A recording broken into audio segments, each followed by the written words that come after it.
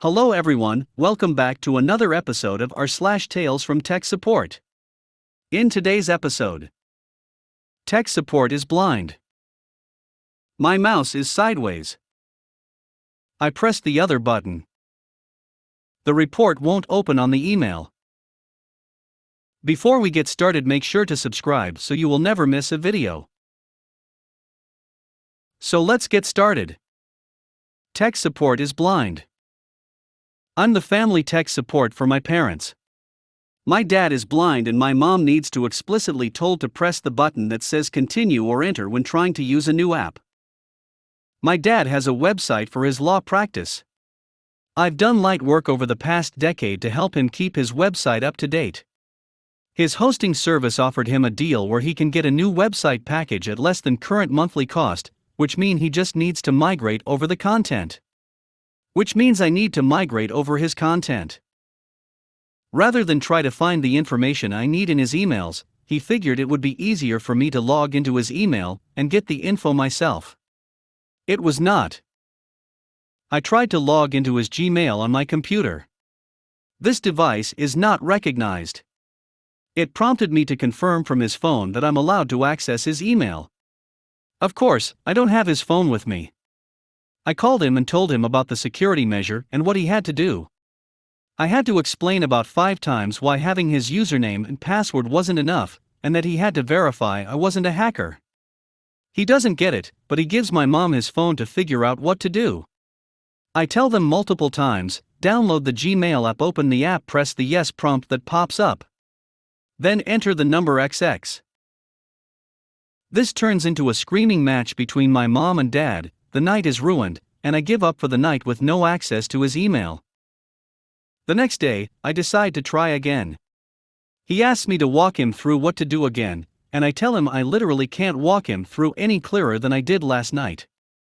He says his clerk is able to help him today, and is more technically proficient than mom, low bar. I text him a screenshot of the instructions. He asks me to text it to his clerk. Me, I don't have your clerk's number. Just show it to her on your phone. Dad, I can have her send you a text so that you have her number and can text it to her. Me, just show her your phone. Dad, she is homesick today, but I can have her text you, and you can tell her the instructions. Me, then she cannot help you today. She cannot help if she does not literally have your phone in her hands. I give up on getting into his email and decide to try a different approach. Let's just see if I can log into his website portal. I have the URL for the portal, but need his new credentials, so I give him a call. Me, I'm trying to log into your website, but I don't remember your password. Dad, it's 12345678. Me, that didn't work. Okay, so I'm putting in username XXX pass. Dad, no, they changed how you log in. Me, okay. So what's the username? Dad, 1234555678. Me, then what's the password? Dad, I don't have a password. They told me I can change it. Me, bangs my head on my desk until I die, then I need access to your email. I can't change your password without getting into your email. He wanted to try resetting his password himself, so I left him to it, but it's been 20 minutes and I haven't heard back yet. As frustrating as it is doing tech support for my parents, I'm honestly really annoyed with Gmail for making it so difficult for a person with disabilities to get into their account, or technically, have someone else get into their account to assist them. I tried alternative methods to recover his Gmail account, but it literally won't let me in any way without having access to his phone, and he can't do the phone part without help. I'm sure he's as frustrated as I am. My mouse is sideways. Still one of the favorite tickets I've ever seen and had to share. Ticket title: My mouse is sideways. Ticket description: My mouse is sideways. The IT techs in the room are trying to decipher what this user could be referring to. She's been with the company about 4 weeks, taking over from another staff member, so no one really knew her very well yet. We had a myriad of guesses, originally ranging from, perhaps she's flipped her screen so the mouse is moving side to side when she wants it to be moving up and down. Perhaps she's just an idiot and expects IT to literally turn her mouse up the right way on her desk. The answer: the previous user had brought in their own ergonomic mouse where your hand rests basically sideways and left it behind when they departed. Simple job to fix at least. I pressed the other button. So, obligatory warning, first-time poster on mobile. Now I don't officially work tech support. I like to say that I am Tier 0 IT. I handle the things that don't need to get escalated to the help desk. Had a fun little two-parter today. To make sense of this, my co-workers use mobile workstations, which have an internal battery pack, and all the workstations log into a virtual desktop when you tap your ID or enter your username password. This virtual desktop is supposed to start automatically when you log in.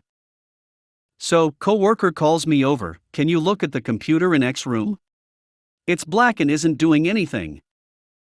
I tried unplugging everything and pushing the buttons. On the monitor, the actual computer is locked inside the workstation to guard against overzealous users, and it's not doing anything.